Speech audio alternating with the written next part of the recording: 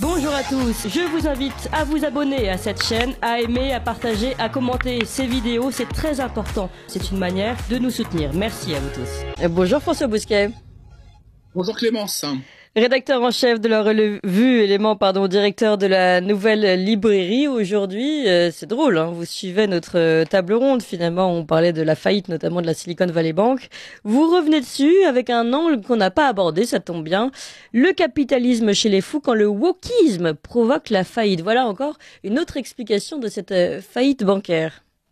Oui, il y en a deux, dont celle-là. Si Bruno Le Maire annonce beau temps, couvrez-vous et prévoyez un col roulé et n'oubliez pas votre parapluie. C'est que l'hiver sera rigoureux et qu'une tempête boursière se prépare. Notre système bancaire est solide, a-t-il proclamé avec l'aplomb d'un Paco Rabanne de la finance positive. Mais nul besoin de lire dans les entrailles de notre ministre de l'économie pour savoir que solide, le système bancaire ne l'est guère.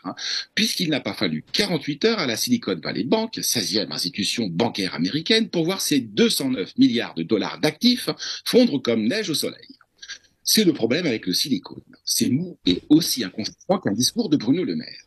La Silicon Valley Bank était pourtant censée être financièrement saine. Rien ne laissait présager un risque de défaillance, sinon son ardeur à s'illustrer dans une bulle spéculative d'un nouveau genre, la bulle du wokisme managérial, à laquelle avait succombé la Silicon Valley Bank avant d'en succomber à son tour. Le wokisme n'est certes pas seul responsable de cette déroute en forme de banqueroute. Au temps de son faste, la Silicon Valley Bank avait acquis 120 milliards d'obligations sans prévoir que la Réserve fédérale américaine, la Fed, allait augmenter ses taux d'intérêt pour endiguer l'inflation. Patatras. Ces obligations se sont brutalement dépréciées, le cours de l'action de la banque a dégringolé, les clients paniqués ont retiré 40 milliards de dollars en une journée. La psychologie des marchés financiers fonctionnant comme la psychologie des gnous et des foules, les bourses mondiales ont dans la foulée dévissé sur tous les banques, jusqu'en France, moins 10% pour la BNP Paribas et la Société Générale, avant que les autorités américaines reprennent les choses en main en garantissant l'ensemble des dépôts clients. Pas de panique, donc, au guichet des banques, au grand soulagement des pangloss de la main invisible des marchés qui redécouvrent, une fois de plus, les vertus de l'intervention publique. Mais rien n'est résolu pourtant. Le système financier s'est laissé enfermer dans une injonction contradictoire, classique des cas de schizophrénie. Alors, qu'est-ce que c'est qu'une injonction contradictoire? Eh bien, c'est une double contrainte paradoxale. C'est-à-dire qu'on ne peut pas obéir à l'une des deux contraintes sans renoncer à l'autre. Par exemple, comment concilier la diminution constante de la vitesse sur route, 30 km en ville, et l'augmentation constante de la motorisation des véhicules 300, 400 chevaux. Tout notre système économique, remarquez-le, est construit sur ce modèle paradoxal. Consommer plus, polluer moins. Un pied sur l'accélérateur, un pied sur le frein. On a les dilemmes cornéliens qu'on peut, n'est-ce pas? Pour comprendre la faillite de cette Silicon Valley Bank, il faut revenir à la crise de 2008 quand les banquiers centraux ont sauvé le système financier en remettant à flot les banques, mais sans jamais chercher à réformer en profondeur ni les banques ni le système financier. La Fed, suivie par la BCE, ouvrant les vannes du crédit avec des taux à 0%, qui ont permis aux plus riches de s'adonner à leur sport favori, la spéculation sur les actifs les plus rentables et les plus indispensables à l'économie réelle, tels que le food business ou les baudruches de l'art contemporain. La contrepartie de cet argent gratuit, c'est l'inflation. De deux choses l'une, ou bien les taux d'intérêt rebaissent et l'inflation ne risque pas de s'assécher, ou bien les taux continuent d'augmenter et c'est le risque de cessation de paiement faute d'un refinancement de notre économie Potemkin par une nouvelle montagne de dettes. Le physicien Albert Bartlett disait la chose suivante. Une des grandes faiblesses de la race humaine, c'est son incompréhension de la fonction exponentielle.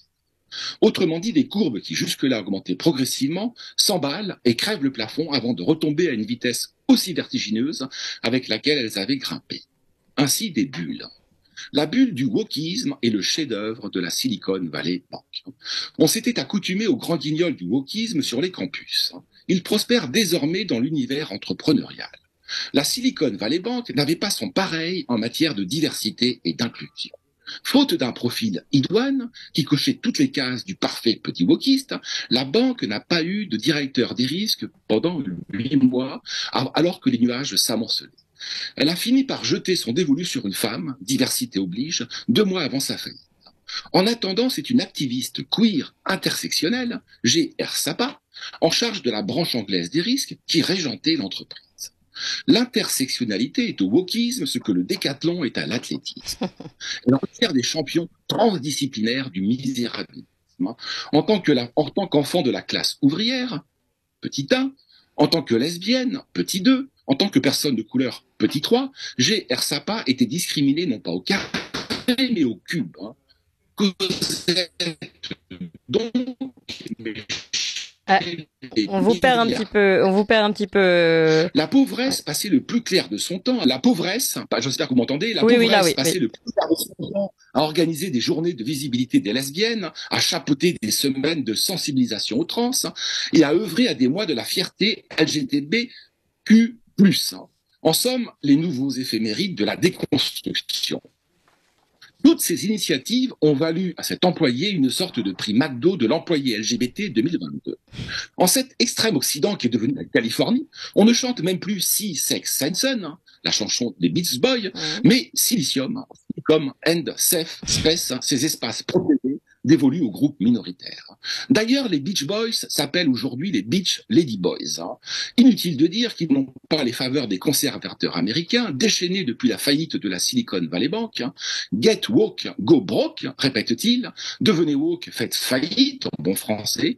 Et la faillite foudroyante de la Silicon Valley Bank ne leur donne absolument pas tort. Merci beaucoup François Bousquet. Pour ceux qui auraient mal entendu la fin de la chronique, je vous rappelle que vous pouvez la retrouver, cette chronique de François Bousquet, à l'écrit, notamment sur Boulevard Voltaire et sûrement sur le site également de la Nouvelle Librairie. Merci encore, ou de l'Élément peut-être, François Bousquet, vous me confirmez? Élément, oui. Élément, oui. Merci encore en tout cas. Oui, d'Élément, oui. Je rappelle que vous êtes rédacteur en chef de la revue Élément et directeur de la Nouvelle Librairie.